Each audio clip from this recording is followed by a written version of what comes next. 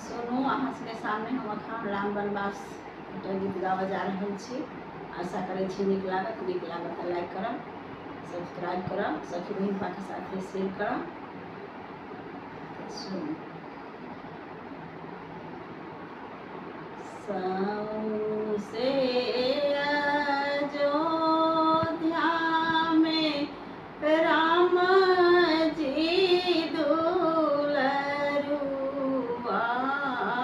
सौंसे अयोध्या में राम जी दुलरुआ से हुनको लिखल बनवास रे मुरलिया, हुनको लिखल बनवास रे मुरलिया। घूरी फिरी सीता दाई ताकथी अवध में से, घूरी फिरी सीता दाई ताकथी अवध में से, केओ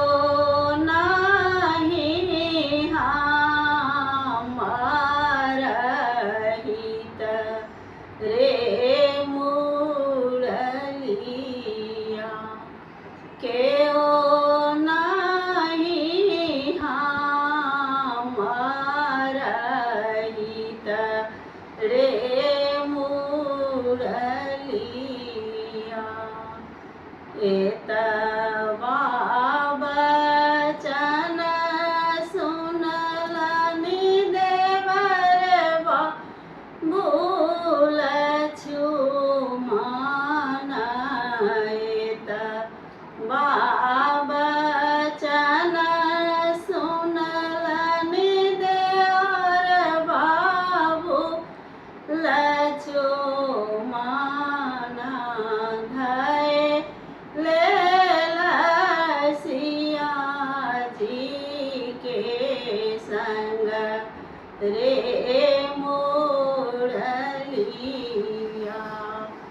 धय लेल सीता के पछोर रे मुरलिया। घूरी जइया फिरी जइया देवर बाबूल छुमन, घूरी जइया फिरी जइया देवर बाबूल छुमन, हमरो के बहुत विपत्ति रे मुरलिया, हमरो के बहुत विपत्ति रे मुरलिया। आहूँ के आहे माता बहुत विपत्तिया से, आहूँ के आहे माता बहुत विपत्तिया से, हमरो के कठिन पहर रे मुरलिया, हमरो के कठिन पहर रे मुरलिया, हमरो के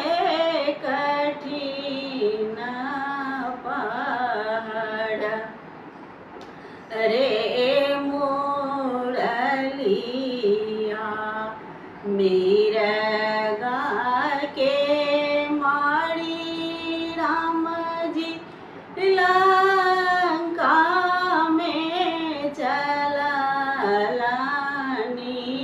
मीरगा के मारी राम जी लंका में चललानी खोजी ले सिया के खबर रे मुरलिया खोजी ले सिया के खबर रे मुरलिया